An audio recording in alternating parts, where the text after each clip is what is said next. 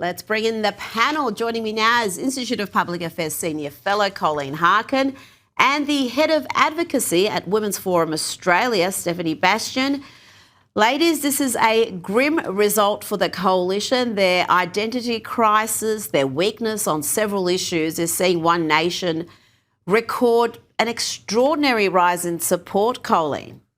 This is true. I mean, despite what some of the social media commentary is saying, Pauline Hanson's not going to be the Prime Minister anytime soon, but it is a warning shot for both of the major parties that the average punter out there is completely dissatisfied with the leadership that is not being shown by either of the majors. The really interesting component of this is whether One Nation can provide a really weighty counterbalance to the Greens in time to come. Victoria, with its latest cohort of signing up to One Nation, apparently that's their greatest membership now, which is very interesting, and they're intending to run a candidate in every seat in the next Victorian election, which is later this year. So there'll be a few litmus tests along the way before the next federal election. And Stephanie, this news poll backs up the recent Demos poll we saw just a week or so ago that showed the ALP on 29% primary vote, One Nation and the Liberal National Coalition on 23%. And what was particularly fascinating with that result was the two-party preferred figures, when it was Labor and the Coalition. Labor is 4 points ahead in the two-party preferred figures, but when it's Labor and One Nation, well, it's all tied up, 50-50 each. Susan Lee and the Liberal front bench, they must be terribly worried about what this all means. Look, and I think they should be. I mean, it's very clear that the Liberals have lost their way. They don't know what they're standing for, and they've lost their base with it. Pauline Hanson is consistent. She's clear. She approaches every issue from a very centre-right perspective. You know what she's going to say because she comes from a strong philosophical background. I think that the coalition should be worried because they're clearly losing votes, they're losing their base, and that's a clear indication that they're suffering from a lack of leadership. I don't know whether, I agree with Colleen, I don't think One Nation's going to form government anytime soon, but I am glad that there is another dominant force in the political debate that's no longer the Greens. For too long, the Greens have been dragging both major parties to the left. The coalition should have known better than to buy into it, but I'm pleased that One Nation are now becoming a force to be reckoned with.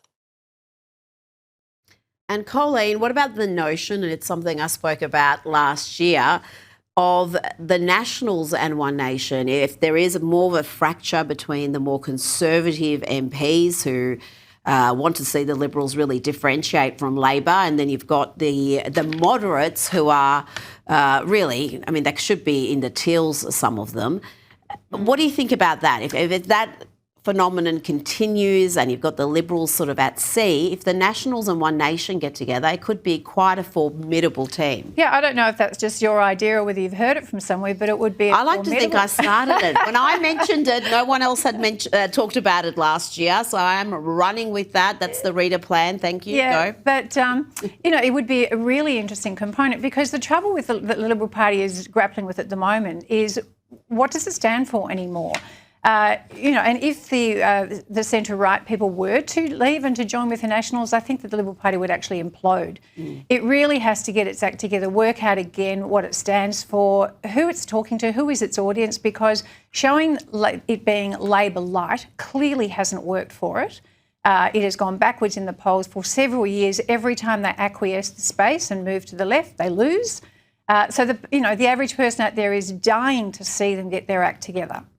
Now let's move on to Australia Day, and the Sunday Telegraph has revealed the federal government body in charge of promoting Australia Day has handed a taxpayer-funded grant to a community group to hold a Survival Day event. The Blue Mountains Aboriginal Culture and Resource Centre will hold a culturally safe Survival Day 2026 on January 26th. I mean, really. Colleen, can you believe the National Australia Day Council is advertising this event as an Australia Day Family Fun Day when it's going to be anything but? And I think there will be people showing up expecting to celebrate Australia Day and being confronted with this survival day. Yeah, it kind of tells you everything you need to know, that they're not being transparent about it, that our taxpayer dollar is being used, for grievance. Australians are absolutely sick to death of the negative Nancy stuff. IPA research recently shows that 76% of Australians want to celebrate Australia Day. And what's interesting about it too is it's being driven a lot by the younger generation. 18 to 24-year-olds have resoundingly rejected the corporate notion that you could take a day, but take the public holiday on another day, with 72% of those young people saying, no, Australia Day is Australia Day. We need to celebrate it. We're sick of the negative Nancy's. Get on board. We want the positive, optimistic, lucky country back. Well, the overwhelming majority of Australians, Stephanie, do support Australia Day. They don't want to change the date, but our taxes continue to fund this activism. We've also got our taxes going to a team of academics to conduct a research project into changing the date, just a lazy 1.5 million being thrown for that bit of activism. The culture warriors of the left are not going to stop with this issue, are they? No, but I think like most of these woke issues that we're grappling with at the moment, there is a huge divide between the bureaucracy that's tax funded and your everyday punter. And I think that if you have this goes back to the Voice campaign, people want Indigenous communities to do well, but they want all Australians to be treated equally. And for a long time, they couldn't say anything. Institutions, education systems slammed Australia Day, made people feel really guilty about celebrating it. And there was a real dying down of it. But then we had the Voice debate and people could quietly make their voice heard, and they slammed the inequality down, the bias of the debate. And since then, we've seen a rise in Australia Day, pushing back on big corporates like Woolworths who refuse to sell merchandise. The people have spoken and they're pushing back, and I think it's fabulous. So everyone should get out next Monday and celebrate Australia Day. I'm going to have a leading Australian businessman on the show later in the week who is really doing something special to promote Australia Day. And it's good to see that from the corporate sector, because I think they've been terribly guilty of giving in to this loud minority.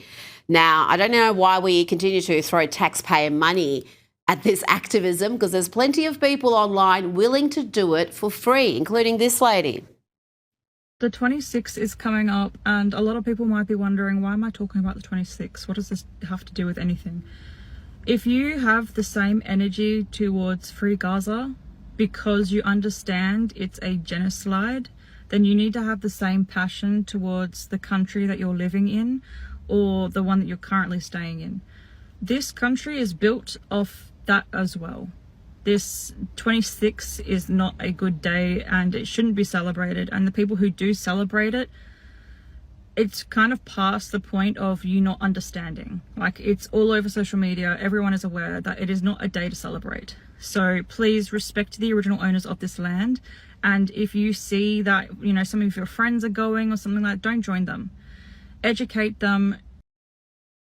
There you go. Educate them, Colleen. That's the catch cry. Apparently, if you're educated, then you hate yourself, you hate your country, and you hate Australia Day. Exactly. And I wonder whether that would constitute hate speech under these new laws. Probably not. Yeah. Well, this is just another example of the negativity that people are completely sick of. We were and we still are the lucky country. Part of that has come from having a positive and optimistic psyche. And that's what we want to celebrate. We have every reason to be proud of who we are and every reason to celebrate it. And I think the average Australian is not listening to that stuff anymore, quite frankly. Now, an internal document that the West Australian Labor government tried to keep secret has revealed a startling revelation about the gender clinic at the Perth Children's Hospital. The document reveals that the gender clinic will connect interested under 18 patients with private surgeons for a mastectomy, double mastectomy, while stressing the personal responsibility of the girl and her family for that choice. That was a report from The Australian. Stephanie, that is disturbing to read. Do we know at what age young, confused girls in this country are having their healthy breasts removed?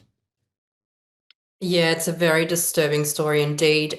We don't have clear data on this because the government doesn't keep the records, for the reason I imagine that the public would be outraged. We know that girls as young as 15 have spoken about in Australia having a double mastectomy. And we also know the Daily Mail reported in 2023 that there was a clinic in Queensland willing to perform it on girls as young as 13 with a referral. So this is definitely a thing.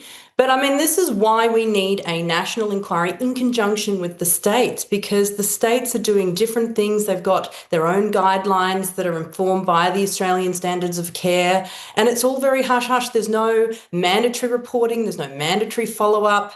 And it's really dark. What I saw something very recently where a mother who was a new mother, thankfully she had been able to conceive a child after going down the path of transitioning and coming back.